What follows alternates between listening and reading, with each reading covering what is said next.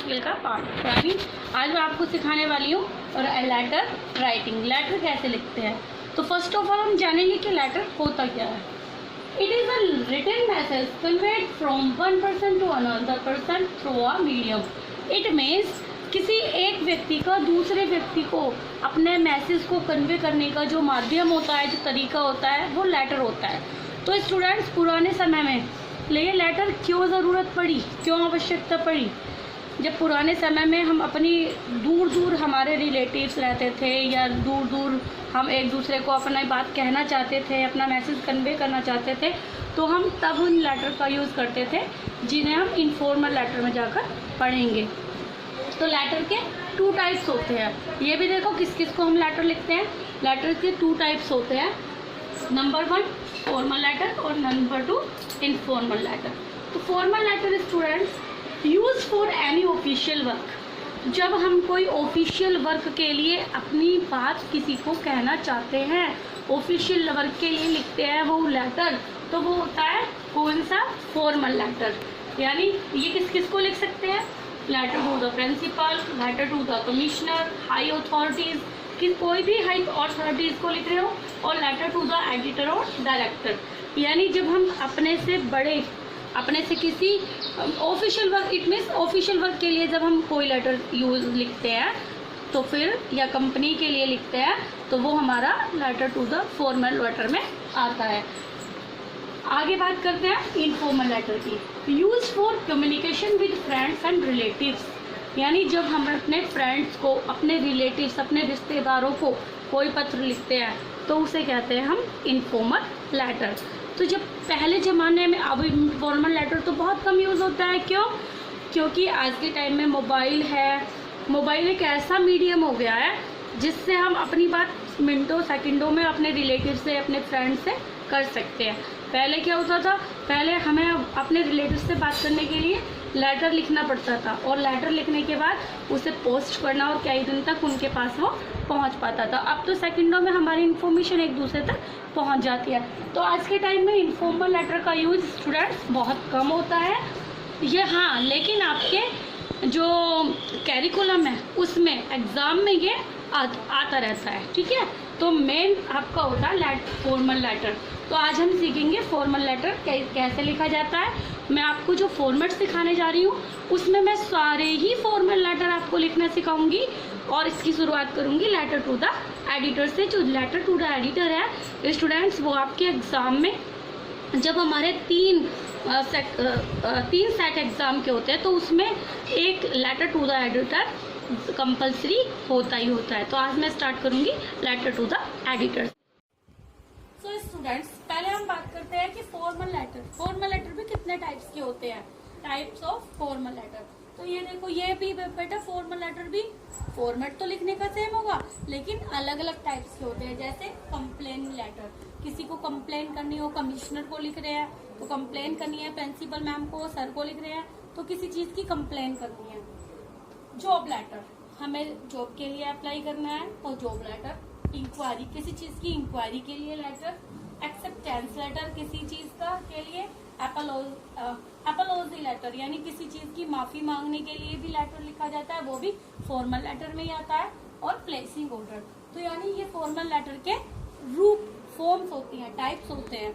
अब हम देखेंगे लेटर टू द एडिटर। तो स्टूडेंट्स, पहले हम बात करते हैं लेटर के फॉर्मेट की। तो हम जानते हैं कि लेटर लिखते समय कौन से फॉर्मेट का यूज करना चाहिए। फॉर्मेट का भी ना बहुत बड़ी भूमिका होती है। ये 10 मार्क्स, आपको 10 मार्क्स का लेटर आता है एग्जाम में, तो 10 मार्क्स में 2 और 3 मार्क्स हमारे फॉर्मेट के होते हैं। स्टूडेंट्स, अगर आपने फॉर्मेट भी सही लिखा है ना, और उसका कंटेंट कहीं गलत भी लिख दिया, आपको सपोज करो लेटर लिखना ही नहीं आता, ठीक है, लेटर आपको पता नहीं क्या आया है, आपको समझ नहीं आया, लेकिन आप इतना तो ढूंढ सकते हैं कि ये लेटर हमें किसे लिखना है और ये किस बारे में लिखना है। इतना तो हम ढूंढ ही सकते हैं स्टूडेंट्स।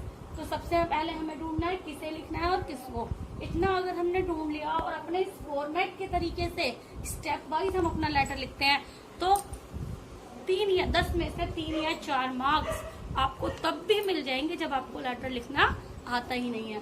तो देखते हैं क्या इसका फॉर्मेट होता है। स्टूडेंट, सबसे पहले लिखते हैं हम सेंडर एड्रेस। सेंडर एड्रेस मतलब आपका खुद का एड्रेस। तो अपना एड्रेस तो सभी जानते हैं ना, ये तो भूलेंगे नहीं अपना एड्रेस। और एड्रेस भी ऐसा नहीं बहुत बड़ा लंबा चौड़ा, सिर्फ 2 या 3 लाइनों में। जैसे आपका हाउस नंबर, आपका सेक्टर नंबर, आपका विलेज और डिस्ट्रिक्ट, सिर्फ इतना काफी होता है सेंडर एड्रेस।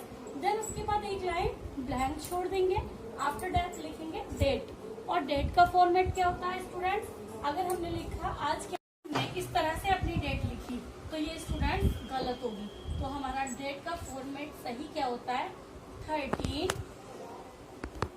मई 2020। ये हमारा सही तरीका होता है। दूसरा तरीका अगर आप लिखते हैं तो वो डेट का गलत तरीका होगा। देन अगेन एक लाइन ब्लैंक छोड़ेंगे और फिर हम लिखेंगे रिसीवर एड्रेस। अब स्टूडेंट्स जब हमने क्वेश्चन से ये सर्च किया कि हमें ये किसे लिखना है, तो यही होता है हमारा रिसीवर एड्रेस। किसे लिखना है मतलब एडिटर को लिखना है, कमिश्नर को लिखना है, किसी दूसरी हाई अथॉरिटी को लिखना है। तो वो तो क्वेश्चन में बताया जाएगा कि आपको ये लेटर इसको लिखना है, लेटर टू द एडिटर लिखना है, कमिश्नर। तो अगर एडिटर लिखना है तो एडिटर के लिए, कमिश्नर लिखना है तो कमिश्नर के लिए। फिर उसका एड्रेस, उसका विलेज, उसका डिस्ट्रिक्ट जहां हम पोस्ट कर रहे हैं तो वो होगा, वो 2 या 3 लाइन में आपका आ गया रिसीवर एड्रेस। देन अगेन हम एक लाइन ब्लैंक छोड़ेंगे। अब स्टूडेंट्स सब्जेक्ट और सैल्यूटेशन, तो इसमें देखो क्या हुआ है, नए कैरिकुलम के अकॉर्डिंग, हमारा पुराने कैरिकुलम के अकॉर्डिंग तो ये सब्जेक्ट ऊपर आता था और सैल्यूटेशन नीचे, बट न्यू कैरिकुलम के अकॉर्डिंग ये सैल्यूटेशन ऊपर जाता है और सब्जेक्ट नीचे। अब देखो सब्जेक्ट कैसे निकल के आएगा, किस बारे में लिखना है। ये अगर हमें एडिटर को लिखना है तो अपनी कोई प्रॉब्लम उसमें पब्लिक को बताने के लिए लिखनी है या किस बारे में लिखना है, वो यहाँ पर आ जाएगा।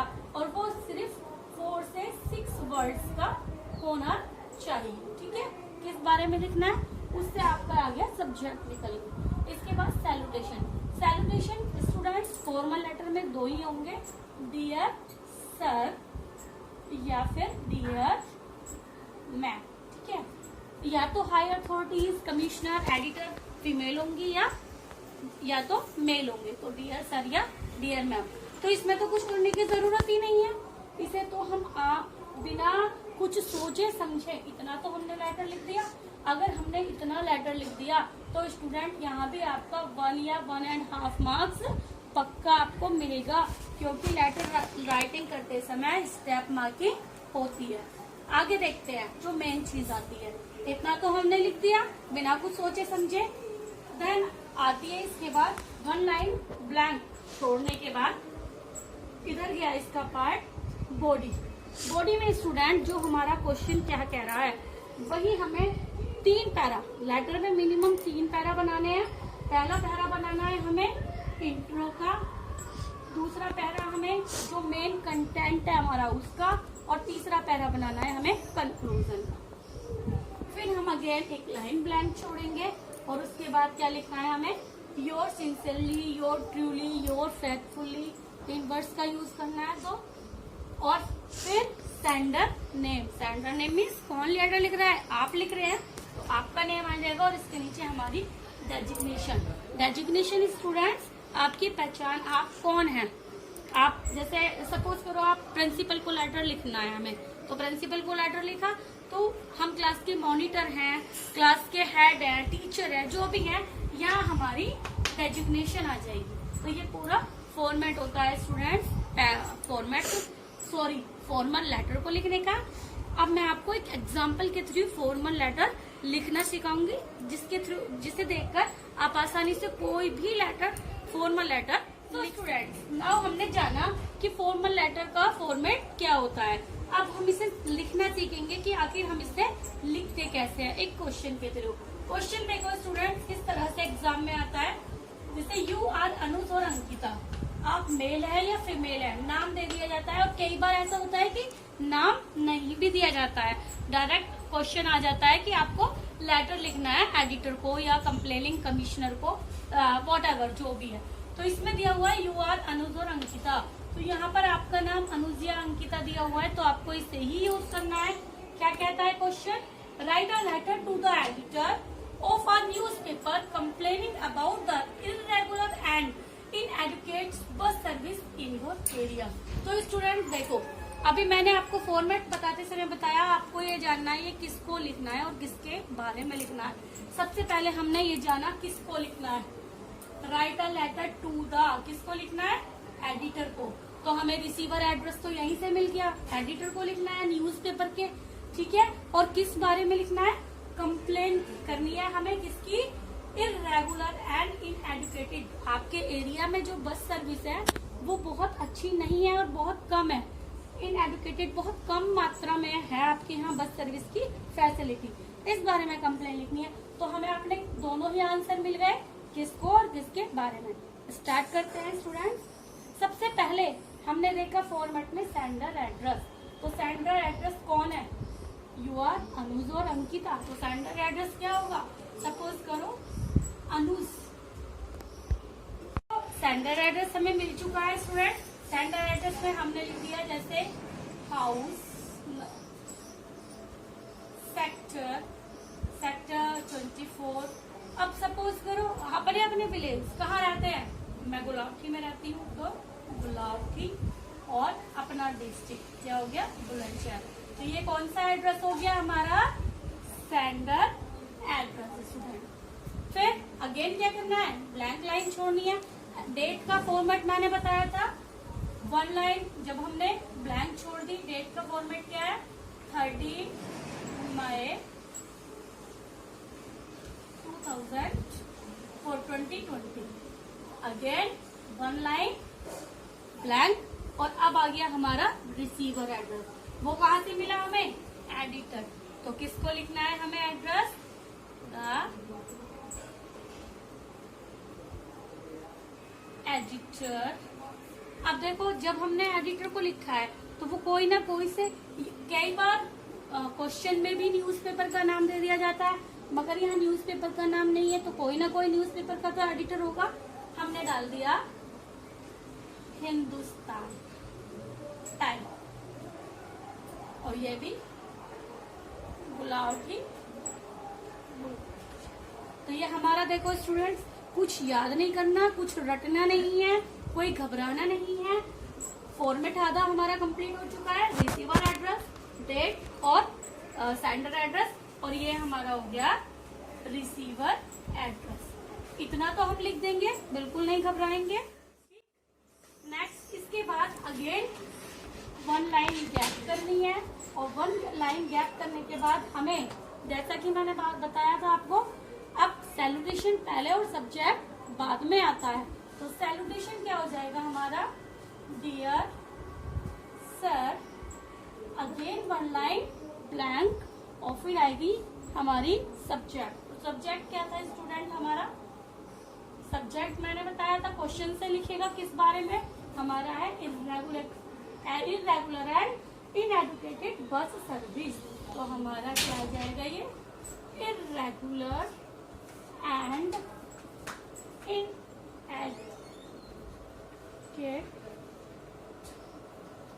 Bus service. तो स्टूडेंट देखो कितने वर्ड हुए? 1 2 3 4 5।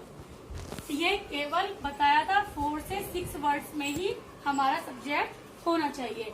देन हम 1 लाइन गैप कर देंगे। और अब मैं बताऊंगी इसकी बॉडी कैसे लिखी जाएगी। ठीक है स्टूडेंट्स, मैं आपको इसकी स्टार्टिंग और इसकी लास्ट की दो लाइनें ऐसी बताऊंगी जिन्हें आप बस रट लेना या समझ लेना, और कोई सा भी लेटर टू द एडिटर आ जाए, आपको बस उन दोनों लाइनों से शुरू करना है और उन दोनों लाइनों पर फिनिश करना है। बाकी बॉडी आपको बनानी पड़ेगी अकॉर्डिंग टू द क्वेश्चंस, और आपको स्टूडेंट 10 में से 5 मार्क्स तो ऐसा करोगे आपको लेटर बिल्कुल भी नहीं आता है तब भी। देखते हैं बॉडी कैसे लिखेंगे। स्टॉप। सो स्टूडेंट्स, बॉडी लिखते समय 3 पैरा तो हमें बनाने ही बनाने हैं, इंट्रो और कंक्लूजन। अब देखते हैं स्टार्ट।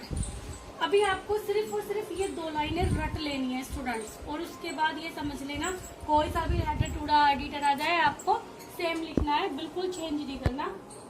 पैरा 1 जब हम स्टार्ट करेंगे तो क्या करेंगे, through the column of your esteemed newspaper I would like to draw attention to you and your higher concerned authority towards this problem of।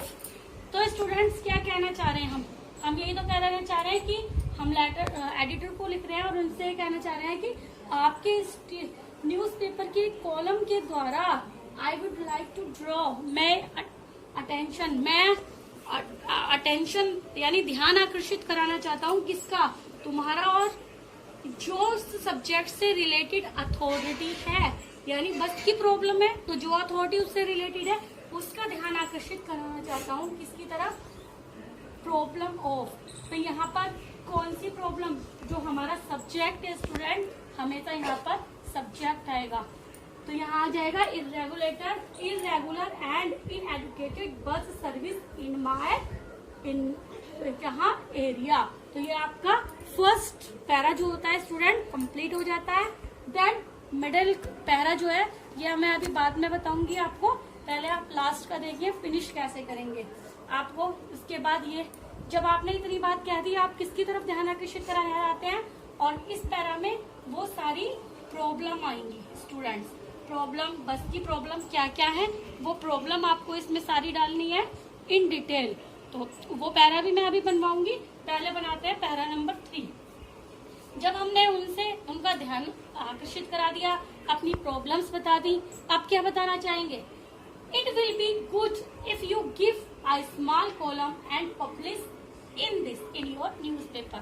तो अब हम उनका आभार व्यक्त करते हैं कि अगर आप ऐसा करते हैं, अगर आप अपने न्यूज़पेपर में मेरी इस बात को छापते हैं तो क्या होगा, ये बहुत अच्छा होगा। And the authorities will see the gravity of this matter and solve it.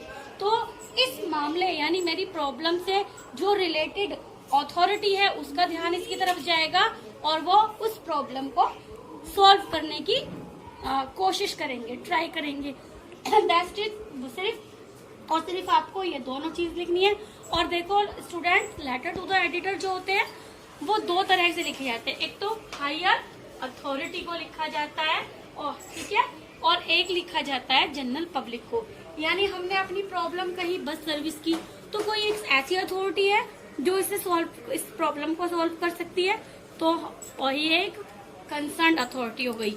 अगर हमें इलेक्ट्रिसिटी की कोई प्रॉब्लम है तो बिजली विभाग वाले सही करेंगे, अगर हमें कोई रोड की प्रॉब्लम है तो नगर पालिका वाले देखेंगे। तो सारे काम के लिए अलग अलग प्रॉब्लम होती है।